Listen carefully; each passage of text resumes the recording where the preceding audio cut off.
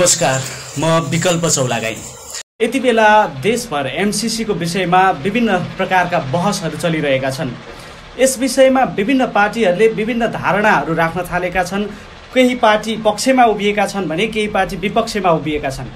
यसैगरी एमसीसी को विषयमा विपक्षमा उभिने एउटा पार्टी हो नेत्रविक्रम चन्द विप्लव नेतृत्वको नेपाल कम्युनिस्ट पार्टी नेकपा। यति बेला नेत्रविक्रम चन्द विप्लव नेतृत्वको नेकपाले देशभर विरोध प्रदर्शन गरिरहेको छ एमसीसी को विषयमा। सोही विषयलाई लिएर आज हामीले मकवानपुर जिल्लाका सेक्रेटरी राम घलान वाटरसँग केही कुराकानी गर्छौं। सर नमस्कार। नमस्ते, धन्यवाद। तपाईलाई राम घलान भन्ने नाम ठिक लाग्छ कि वाटर भन्ने नाम चाहिँ ठिक लाग्छ? दुईटै ठिक लाग्छ। तर मान्छेहरूले तपाईलाई के भनेर बढी चिन्छन्? बाहिर वाटर भनेर चिन्छन्, गाउँघरतिर राम घलान भनेर चिन्छन्। सँगसँगै एउटा कन्फर्मेसन पनि गरिहालौँ। आजको यो अन्तर्वार्ता लिए पश्चात म चाहिँ सकुशल घर पुग्न सक्छु कि सक्दिनँ होला? सक्नुहुन्छ। तपाईहरूदेखि त डराउनु पर्छ भन्छन्। तपाईहरूलाई अलिकति पूर्वाग्रही भएर प्रश्नहरू सोध्यो भने ज्यानै धरापमा पनि पर्छ भन्छन् नि। डराउनै पर्दैन, जानु सक्नुहुन्छ मजाले, त्यस्तो केही कन्फ्युजन हुनै पर्दैन। तपाईको पार्टीको नाम सुन्ने बित्तिकै मान्छेहरूलाई एउटा के हिसाबको मानसिकता परेको छ भने यो पार्टी उग्र हो, यो पार्टीका मानिसहरू एकदम उग्र हुन्छन्, उनीहरूसँग चाहिँ डराउनु पर्छ है भन्ने मानिसलाई मानसिकता नै परिसक्यो कि दलाल सत्ताका मान्छेहरूले त्यस्तो खालको एउटा कन्सेप्ट हालिदिया हो। त्यसपछि मान्छेले एउटा भ्रमित भइहाल्छ। त्यही अनुसारले मान्छेले बुझेका छन्। फटाहरू त फेरि डराउनै पर्यो। जो इमान्दार छन् हैन, जसले जनताको निम्ति काम गर्छन्, जसले समाजको काम गर्छन्, जो राष्ट्रको काम गर्छन् हैन, तिनलाई केही डराउनु पर्ने कुरा छैन। जसले चाहिँ जनताको हित विपरीत गर्छ, राष्ट्र हित विपरीत गर्छ हैन, जो दलालहरू छन्, जो फटाहरू छन्, तिनीहरू स्वाभाविक डराउने कुरा त हाम्रो पार्टीदेखि डराइराखेकै कुरै छ। तपाईँले अघि सोधिहाल्नुभयो। तपाईँहरू अब देश र जनताको निम्ति मिडियाकर्मी भएको हिसाबले डराउनु पर्ने कुनै कारणै छैन हैन। जो फटाहरू छन् तिनी स्वाभाविक हिसाबले डर, आफूले गल्ती गरेपछि डर हुने कुरा भइहाल्यो। आजसम्म यो नेत्रविक्रम चन्द नेतृत्वको यो नेपाल कम्युनिस्ट पार्टी भन्ने नाम त सुनियो, तर यसको स्पष्ट सिद्धान्तहरू चाहिँ बाहिर आएनन्। आज खुलाइदिनुहोस् न, ठ्याक्कै यसको स्पष्ट सिद्धान्तहरू चाहिँ के हुन्? नेकपाको आफ्नो चाहिँ स्पष्ट सिद्धान्त विचार त आइराखेकै छ हैन। हामी एकीकृत जनक्रान्तिको कार्यदिशा मार्फत यो नेपालमा चाहिँ वैज्ञानिक समाजवाद ल्याउने, वैज्ञानिक समाजवाद मार्फत नै जनताको न्यूनतम कुराहरू चाहिँ शिक्षा, स्वास्थ्य, रोजगारको कुरा, समृद्धिको कुरा हैन, विकासको कुरा, सीमा सुरक्षाको कुरा हैन, सबै कुराको चाहिँ सम्पन्न गरी नै चाहिँ एकीकृत जनक्रान्तिको कार्यदिशा मार्फत हामी अगाडि बढेका छौँ। तपाईँहरूको समूह भन्दा पनि तपाईँहरूको पार्टीमा, मलाई माफ गर्नु होला, तपाईँहरूको पार्टीमा यथेष्ट मानिसहरू छैनन्, थोरै छन्। यो थोरै मानिसहरू लिएर तपाईहरू कसरी आफ्नो सिद्धान्तमा सफल हुन सक्नुहुन्छ? हामीसँग थोरै छैनन्, धेरै छन्। धेरै जनता हामीसँग जोडिएका छन्। कति छन् ठ्याक्कै भन्नुहोस् त? प्रतिबन्धमा मान्छे सबै खुल्ने कुरा पनि भएन, खुलाएर राख्ने कुरा पनि भएन। कति त अझै पनि जेलमा होला, खुलाएर राख्न नि भएन। त्यस कारणले गर्दा जनता हामीसँग प्रतिबन्धको बेलामा जोडिराखेकै थियो। अहिले त व्यापक रूपमा सङ्गठित भइराखेको कुरा अभियानहरूबाट तपाईँले देखिराख्नु भएको छ हैन। अब जेलको कुरा त अब सरकारले हाम्रो मान्छेहरूलाई छोड्नु पर्थ्यो, छोडेका छैन। सरकार इमान्दार भएका छैनन् भन्ने कुरा चाहिँ हाम्रो पार्टीको कुरा छ। यो त अब सङ्घर्षबाट हल गर्ने कुरा हो। आजकल तपाईँहरू बोल्नै छोड्नु हो भन्ने पनि एउटा आरोप लागेको छ। पहिला तपाईँहरू देशको मुद्दामा, राष्ट्रघाती मुद्दाहरूमा तपाईँहरू आवाज उठाउनुहुन्थ्यो, अचेल अलिकति शिथिल हुनुभएको हो तपाईँहरू? त्यस्तो मान्छेलाई आरोपित ढङ्गले भन्न सक्छन्, तर देशको जल्दोबल्दो विषयमा उठान र सङ्घर्षमा अगाडि बढेको छ भने हाम्रै पार्टी हो। जहाँ चाहिँ तपाईँले देख्न सक्नुहुन्छ एमसीसीको विषयहरू अहिले जल्दोबल्दो विषय भइराखेका छन् हैन। एमसीसीको पक्षमा हो कि तपाईँ या एमसीसीको विपक्षमा हो भन्ने ठाउँमा आइपुग्यो नि त मुलुक त। भनेपछि यसलाई सशक्त ढङ्गले सडक सङ्घर्षमा हैन कति तताएका छौँ भन्ने कुरा काठमाडौँको मानिसहरूको घटनालाई हेर्दा पनि हुन्छ हैन। मकवानपुरको नेपाल बन्दसम्मको कुरालाई हेर्दा पनि हुने कुरा भयो हैन। त्यो हिसाबले सबभन्दा यो विषयको उठान गर्ने, जनजीविकाको सन्दर्भ र राष्ट्रियताको सन्दर्भमा एकदम चाहिँ विषयलाई भयङ्कर रूपमा उठान गर्ने भनेको हाम्रो पार्टीले नै हो। हाम्रै पार्टीको वरिपरि मान्छे चाहिँ अहिले गोलबन्द हुँदै एमसीसीको चाहिँ विषयमा पनि चाहिँ त्यो हाम्रै पार्टीको वरपर गोलबन्द अरू दलहरू पनि आइराखेका छन्, पत्रकारहरू पनि आइराख्नु भएको छ हैन, बुद्धिजीवीहरू पनि जोडिराख्नु भएको कुरा छ। यो त चाहिँ राम्रै वातावरण बन्दै गएको छ हैन। हाम्रो पार्टीको एउटा आशा विकल्पको रूपमा चाहिँ यो देखिया छ। त्यस कारणले गर्दा पनि जनताहरू जोडिँदै आएको कुरा छ। अहिले मकवानपुरमा ठ्याक्कै यो तपाईँहरूको पार्टीमा चाहिँ कति मानिसहरू हुनुहुन्छ होला? कमिटीको हिसाबले अब सङ्ख्याको हिसाबले त अब तपाईँले डाटा पेश गर्नुपर्छ। अब कमिटीको हिसाबले हामीसँग चाहिँ लगभग 1000-1200 कमिटी छन् होइन जिल्लाभरिमा। अब तल ग्राउन्डको हिसाबले फिगर जोड्दाखेरि त अब त्यसको हिसाब गर्नुपर्छ होइन। त्यो हिसाबले चाहिँ हामीसँग कमिटी राम्रै छन्, गर्न सक्ने कार्यक्रमको हिसाबले पनि जस पार्टी केन्द्रले ल्याएको योजनाहरूलाई सम्प्रेषण गर्न सक्ने, कुनै पनि कार्यक्रम नछोडिकन सम्प्रेषण गर्न सक्ने चाहिँ शक्तिमा हामी छौँ। हजुर, पछिल्लो समय चाहिँ के छ भन्दाखेरि तपाईँहरू केपी ओली र नेकपा एमालेसँग अलिकति निकट भएको पनि देखिन्छ, किनभने केपी ओलीकै पालामा तपाईँहरूको प्रतिबन्ध पनि फुकुवा भएको थियो। त्यो हिसाबले तपाईँहरू नेकपा एमालेसँग गठबन्धन हुन सक्ने छाँटकाट देखाउन थाल्नु भएको हो? त्यस्तो छैन, त्यस्तो छैन। मान्छेले आफ्नै भ्यू हुन्छन्, हामीलाई उग्रा देख्ने होइन। हामी कुनै उग्रको कुरा होइन, हामी राजनीतिक पार्टी हो, विचार सिद्धान्त कुरा हो होइन। त्यो कुरा अनुसार योजना अगाडि बढाउने कुरा हुन्छ, देश र जनताको निम्ति लड्ने कुरा हुन्छ होइन। त्यसो हो कारण एउटा त उग्रता भन्ने कुरा जो छ यो चाहिँ फडारी लगाउने चाहिँ आरोप मात्रै हुन् एउटा। दोस्रो कुरा के हो भन्नुहुन्छ भने जस्तै तपाईँले केपी ओलीसँग कुरा गर्नुभयो होइन। केपी ओलीले फागुन 28 गते 75 फागुन 28 गते हाम्रो पार्टीमाथि प्रतिबन्ध लगायो। प्रतिबन्ध लगाउने नै केपी ओली र प्रचण्डहरू हुन् होइन। 2 वर्ष बित्दा नबित्दा नै केपी ओली र केपी ओलीहरूले भनौँ न, केपी ओलीले विशेष गरी आफैले चाहिँ वार्ताबाट समस्या समाधान गर्नुपर्छ। त्यस कारणले गर्दाखेरि हामी तपाईँले भनेको कुरा के गर्नुपर्ने हो सबै गर्छौँ, तर चाहिँ वार्ताको माध्यमबाट जाउँ होइन, शान्तिपूर्ण प्रतिस्पर्धाबाट जाउँ। त्यस कारणले गर्दा हामी चाहिँ मिलेर जानुपर्छ। एउटा चाहिँ वार्ताको सन्दर्भमा चाहिँ प्रतिबन्ध खुलाउने कुरा र चाहिँ तपाईँहरूको बाहिर आउने कुरा चाहिँ आउनुहोस् भन्ने खालको उहाँको जो कुरा थियो, त्यो कुरो अनुसार मात्रै वार्ताको लागि मात्रै एउटा भनौँ न, सत्तामा केपी भए पनि या सेरे भए पनि जो भए पनि वार्ता त गर्न परिहाल्छ सरकारसँग होइन। वार्ता गरेर आएको कुरा मात्रै हो, उनीहरूसँग मिल्ने कुरा केही पनि छैन त्यस्तो। स्थानीय चुनाव नजिकै छ, अब यही वैशाख 30 को लागि मन्त्री परिषदले नै टुङ्गो लगाइसक्यो, वैशाख 30 गते स्थानीय तहको चुनाव हुन्छ भनेर।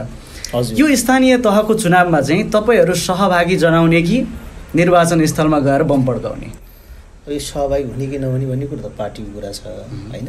तर चाहिँ मलाई लाग्ने कुरा के हो भन्नुहुन्छ, अहिलेसम्म पार्टीले आफ्नो स्पष्ट धारणा यो पार्टीले डिसिसन गरिसकेको छैन। सेन्ट्रल कमिटीको मिटिङ बस्न पाएको छैन यो कोरोनाको विविध कारणले गर्दाखेरि। तर मलाई आफूलाई लाग्ने कुरा चाहिँ के हो भने चुनाव भनिसकेपछि होइन, यो लगभग 4-5 वर्ष पुरा हुँदैछ। अब चाहिँ यसको कार्यकाल सकेर जो अर्को 5 वर्ष कार्यकालको निम्ति चाहिँ निर्वाचन गर्ने सरकारले घोषणा गरेको कुरा छ। यसमा कुनै वडा अध्यक्ष कोही मान्छे थियो होला, त्यसमा अरू कोही मान्छे जाने हो। कोही गाउँपालिका अध्यक्ष थियो होला, त्यसमा कोही मान्छे जाने हुन्। कोही सभासद थियो होला, त्यसको ठाउँमा अरू कोही सभासद जाने हुन्। कोही मन्त्री थियो होला, अहिले पछि ती मन्त्रीको ठाउँमा अर्को मन्त्री जाने हुन्छ होइन। तर तिनले जसरी त्यो रिप्लेस मात्रै कुराको लागि मात्रै यो चुनाव हो भन्ने कुरा हामीले बुझाइ गरेका छौँ।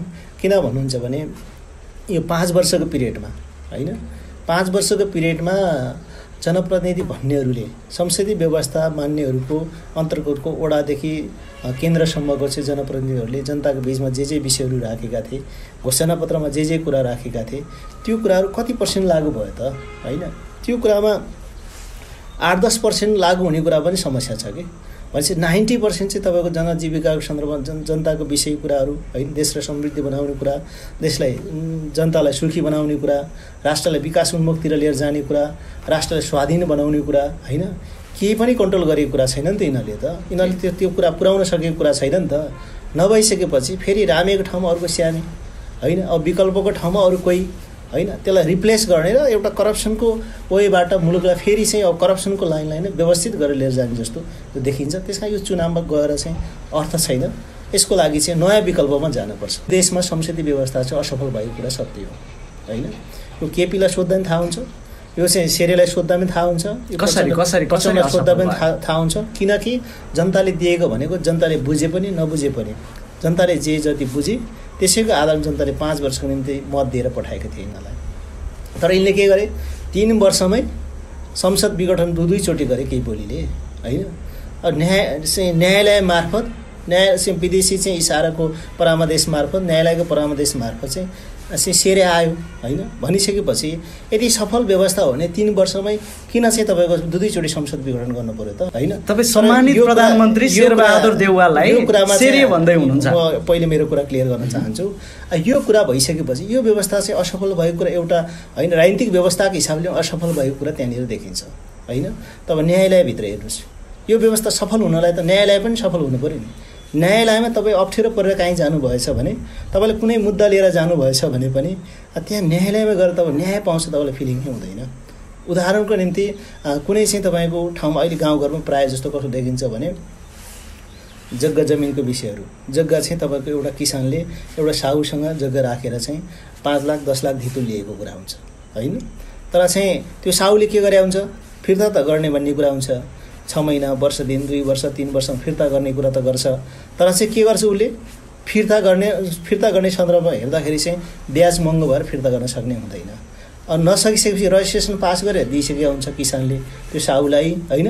तर चाहिँ तपाईँको पछि आफूले 5-7 वर्ष पैसा तिर्न नसकेपछि जग्गा फिर्ता गर्नु पर्यो हजुर भन्दै जाँदाखेरि रजिस्ट्रेसन गरेको जग्गा उसले चाहिँ ब्याङ्कमा राखेर अरू गरिसकेको हुन्छ। खेलमेलो 4-5 जनालाई बेचिसकेको हुन्छ साहुले पनि। त्यो त्यस्तो मामिलाको केसमा यदि जनता चाहिँ अदालत गयो भने के न्याय पाउँछ त? पाउँदैन नि त। अन्याय भयो, मलाई चाहिँ न्याय दिनु पर्यो भन्ने अदालतले फैसला गर्दाखेरि डकुमेन्ट हेर्दाखेरि के भन्छ अदालतले, न्यायाधीशले के भन्छ त, तपाईँ पीडित हो मलाई थाहा छ, तर कानुनी चाहिँ आधार मैले हेर्नु पर्दाखेरि चाहिँ यो सोल्युसन मैले गर्न सक्दिनँ। त्यसका तपाईँको पक्ष मैले निर्णय गर्न सक्दिनँ किनकि तपाईँ ढाइनामा पास गरेर दिएको कुरा छ होइन।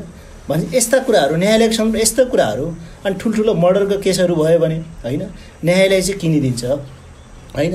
अब वकिलहरू चाहिँ तपाईँको स्वाभिमान हुन्छ त, वकिलहरू पैसामा बिक्छन् भन्ने खालको देखिन्छ होइन।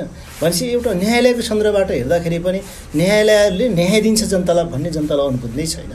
पुलिस प्रशासनमा जानुहोस् तपाईँ होइन, पहुँच नभएको मान्छेको त्यहाँ चाहिँ कुनै चाहिँ हिसाब किताबै हुँदैन। एउटा यो हिसाबले यस्तो देखिन्छ होइन। अरू कुरा चाहिँ तपाईँको यो व्यवस्थाको होइन, कार्यपालिकाको हेर्नुहोस् तपाईँ होइन, जस्तो झगडा चलिराखेको छ, पार्टी बिचमा झगडा गरिराखेको छ होइन। अरू राजनीतिक दलभित्रको कुरा त छँदैछ होइन, यो पनि फेल भएको कुरा देखिन्छ। अनि संसद व्यवस्थापिका हेर्नुहोस् तपाईँ होइन, व्यवस्थापिका सन्दर्भ हेर्दाखेरि पनि एउटा पार्टीले भनेको अर्को पार्टीले मान्दैन, आफ्नै पार्टीभित्रको हुइप पनि मान्दैन होइन। यो 3टा जो चाहिँ फङ्सन जो चलिराखेको छैन, यो सफल भएको मान्न सकिन्छ त?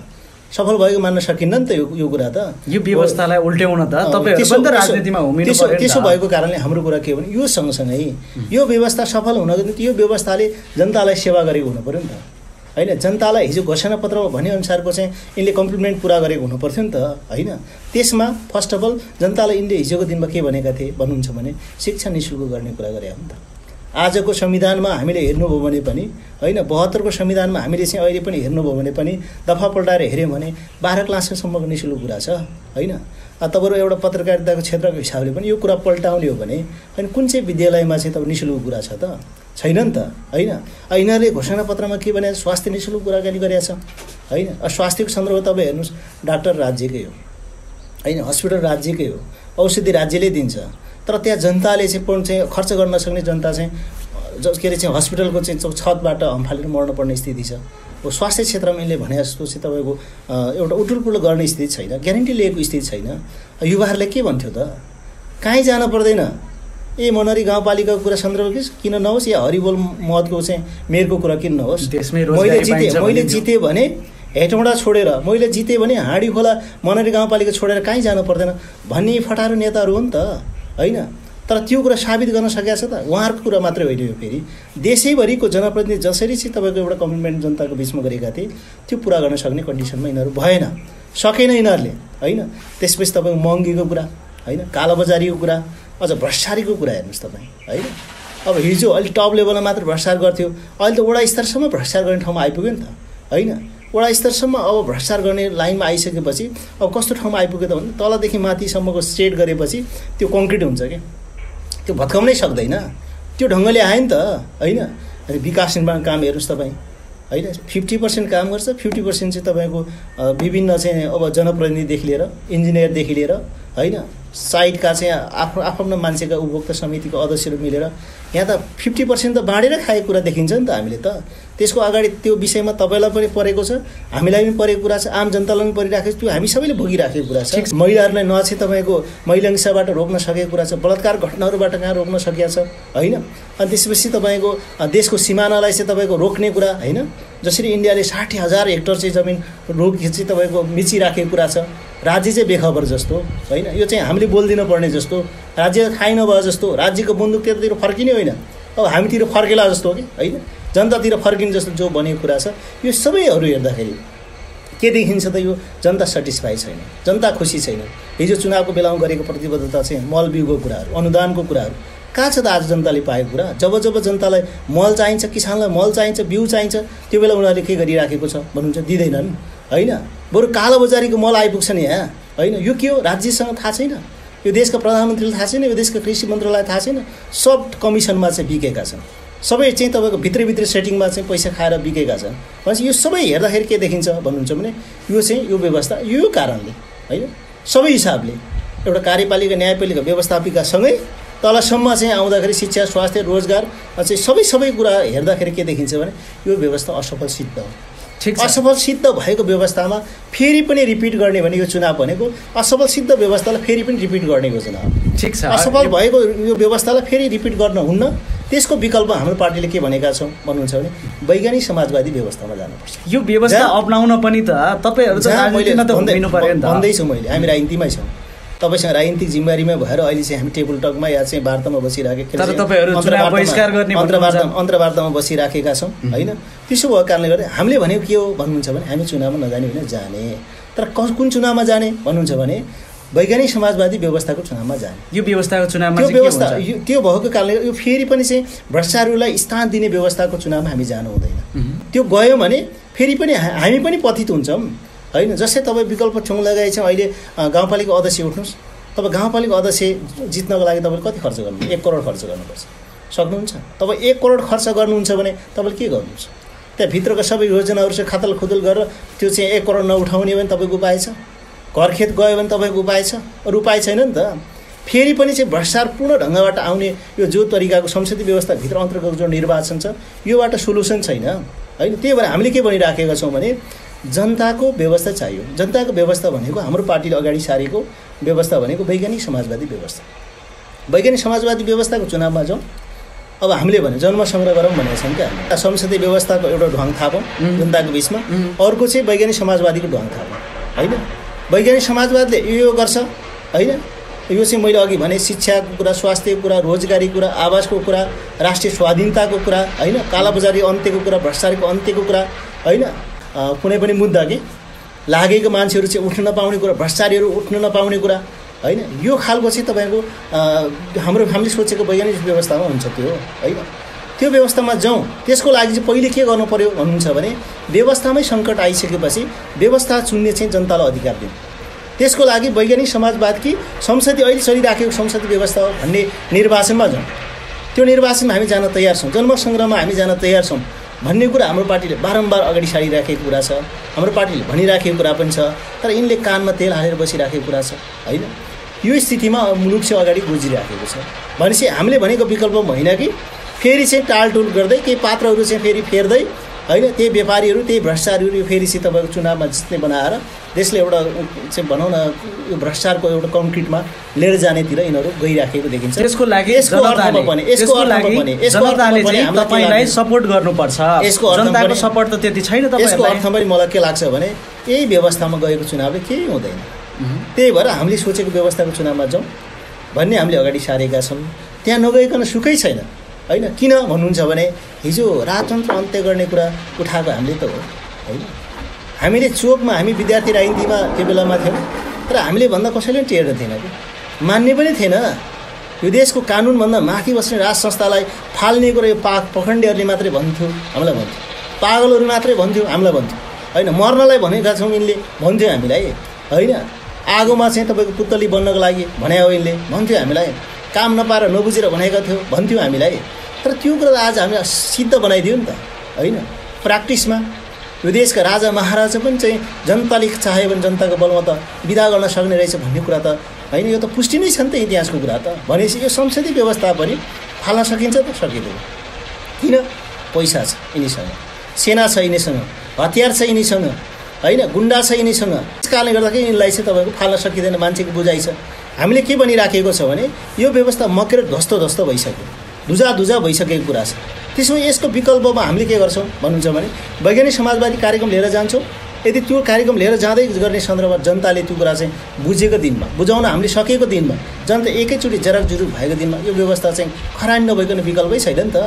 कि सिलिन्डर गरेर छोड्नु पऱ्यो, यिनी बस्ने हो भने होइन, भौतिक उपस्थितिको हिसाबले बस्ने हो भने कि सिलिन्डर गर्नु पऱ्यो, होइन भने त खरानी हुने भन्दा विकल्प छैन नि त। तपाईँहरूको यो अभियान त अब कहिलेसम्ममा टुङ्गिएला त? तपाईँहरूको यो अभियानले त धेरै लामो समय लिन्छ होला पक्कै पनि। क्रान्ति आन्दोलन भन्ने कुरा निरन्तर जारी हुन्छ होइन, त्यस कारणले गर्दाखेरि कम्प्लिट नहुँदासम्म गर्नु पऱ्यो नि त्यो कुरा त। सक्नुहुन्छ? सकिन्छ, अन्तिम साससम्म लड्नु सकिन्छ। मैले अघि तपाईँलाई पेस गरेँ नि होइन, यो व्यवस्थाबाट हामीले भन्यौँ जनयुद्धमा हिजो चाहिँ सेना र पुलिससँग लडाइँ लड्ने हुन्थ्यो सशस्त्रसँग होइन, अहिले हामी तपाईँ हेर्नु होला यो 2 वर्षको प्रतिबन्धमा पनि सेना र पुलिससँग हाम्रो मिसनै देखेन, भिडन्तको कुरै छैन त्यहाँ।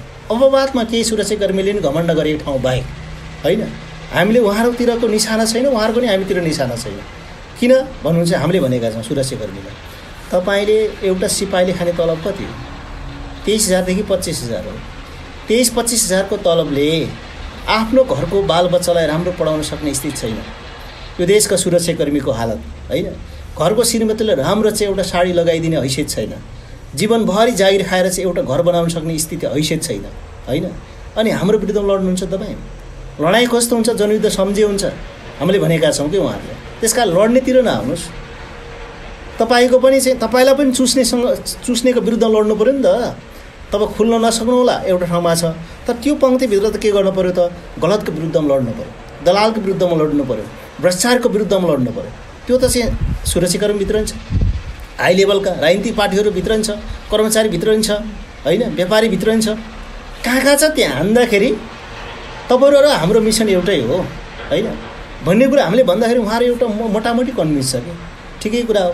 हामी सिपाहीले आफ्नो जिन्दगी चल्न सक्ने स्थिति छैन होइन। मेरो आफ्नै हाकिमले के गर्छ त? 2-4 ठाउँमा जग्गा जमिन होइन, 1-1.5 करोड चाहिँ सम्पत्ति, यो त सहने कुरै नै छैन। तर भन्न मिल्दैन सर भन्छ कि पुलिसको कर्मी चाहिँ साथीहरू पनि होइन। भनिसकेपछि यो विषयहरूमा जल्दोबल्दो यो विषयहरूमा चाहिँ बेसी उठान गर्ने भनेको एउटा हाम्रो पार्टी हो, दोस्रो तपाईँहरू नै हो। किनभने तपाईँले तनावकै बिचबाट जस्तोसुकै अप्ठ्यारोकै बिचबाट पनि तपाईँले मिडियामा ल्याउने काम गरेका छन् जनताका विषयहरू होइन। कुनै चाहिँ पालिकामा चाहिँ भ्रष्टाचार भयो भने तपाईँहरू नै हो नि त सबभन्दा अग्लो मोर्चामा लड्ने त होइन। त्यहाँ भ्रष्टाचार भयो है भनेर चाहिँ तपाईँको मिडियामा ल्याउने, जनतामा पुर्याउने एउटा माध्यम तपाईँहरू पनि हो होइन। त्यस कारण हामी र तपाईँहरू मिलेर चाहिँ गरिराखेका छौँ होइन। तपाईँ हामी सल्लाह नभए पनि, सल्लाह गर्न नपाए पनि मिसन चाहिँ तपाईँ हाम्रो एउटै हो। अब तपाईँ मनहरी गाउँपालिका वडा नम्बर 3 को स्थायीवासी भएको हिसाबले पनि मनहरी गाउँपालिकामा पछिल्लो समय किचलो चलिरहेको छ, त्यो तपाईँले पनि देख्नु भएको कुरा हो। तर तपाईँहरूले यो विषयमा बोल्नु भएको छैन, कुनै पनि आवाज उठाउनु भएको छैन नि। यस्तो छ, हामी अध्ययनमै छौँ होइन, अध्ययन नगरेर त्यतिको बोल्न पनि हुँदैन। उपाध्यक्षको राजीनामा भएर फेरि पुनर्बहाली भइसक्यो, अझै पनि तपाईँहरू अध्ययनमै हुनुहुन्छ? होइन, अध्ययनमा छौँ हामी। किन अध्ययन गरेर फाइनल नगरिकन विषय बोल्न हुँदैन होइन। जस्तै तपाईँको केन्द्रमा प्रचण्ड र केपी ओलीको लडाइँ चल्यो नि, के का निम्ति हो? आधी वर्ष 2.5 वर्ष केपीले चलाउने, अध्यक्ष पनि प्रधानमन्त्री पनि, अनि 2.5 वर्ष चाहिँ तपाईँको पछि प्रचण्डले अध्यक्ष चलाउने अनि प्रधानमन्त्री प्रचण्डले पाउने, यही सहमति थियो नि। त्यो सहमति नमिलेपछि के रडाको चल्यो त तपाईँ हामीलाई थाहा छ होइन। मेरो ख्यालमा अब चाहिँ गाउँपालिका सन्दर्भमा जो विषय उठाउनु भयो मनहरी गाउँपालिका सन्दर्भमा उनीहरूकै बिचको समस्या हो।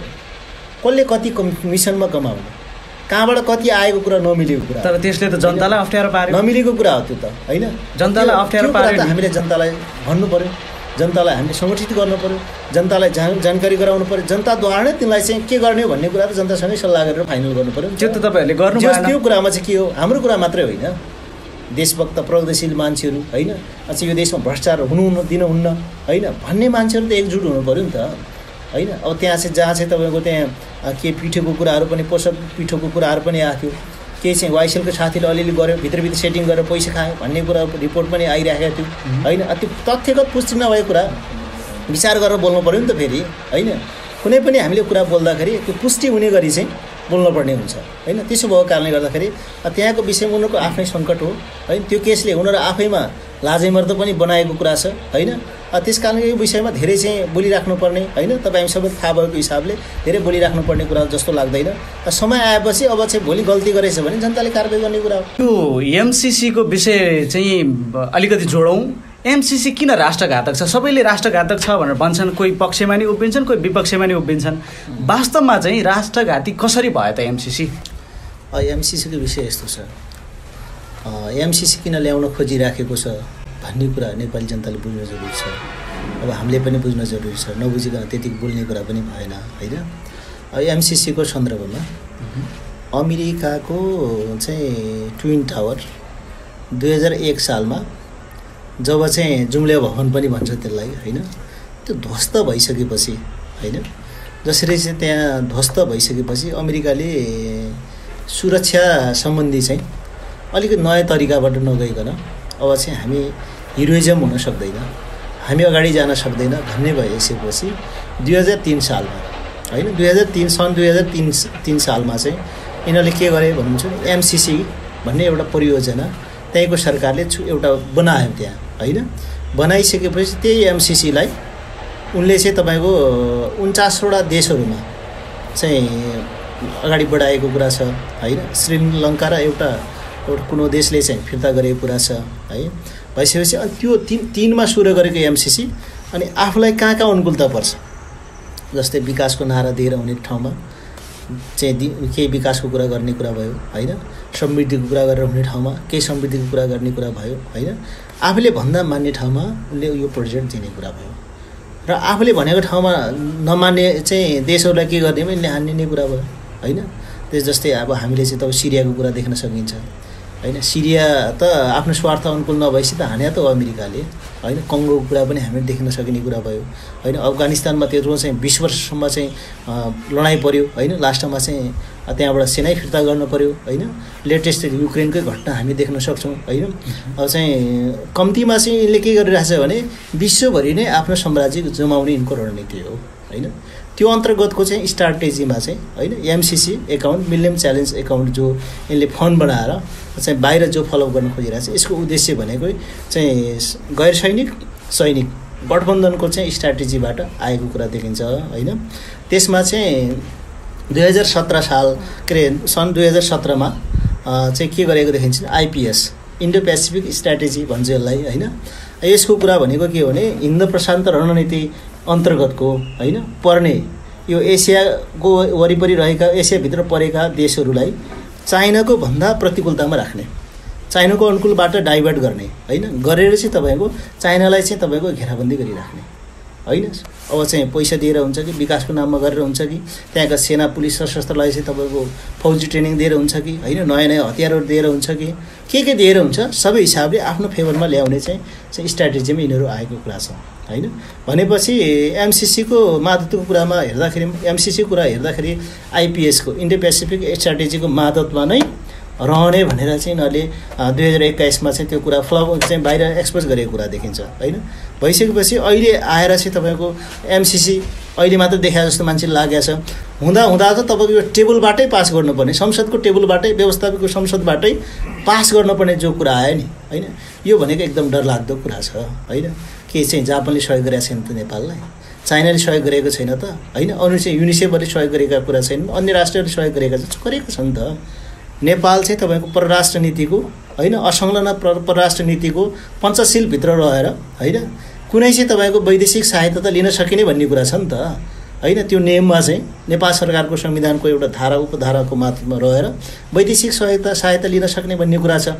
त्यो कुरामा कुनै चाहिँ संसदको टेबलबाट पास गर्नुपर्ने कुरै छैन होइन, जनप्रतिनिधिबाट चाहिँ पास गर्नुपर्ने कुरै छैन नि त। यो त कर्मचारीले एग्रिमेन्ट गरेर फलोअप गर्ने, कति टाइम बस्ने एमसिसी त्यो परियोजना बस्छ, त्यसपछि कम्प्लिट भएपछि फर्किन्छ होइन।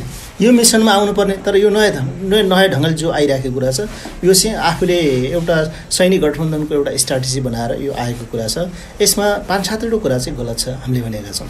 त्यो अन्तर्गतको सबभन्दा एउटा कुरा सबभन्दा अगाडि कुरा चाहिँ के हो भन्नुहुन्छ भने संसदबाटै पास गर्ने कुरा सबभन्दा यो राष्ट्रघाती छ, एक नम्बर। दोस्रो चाहिँ तपाईँ बौद्धिक सम्पत्ति यिनले लिएर जान पाउने होइन।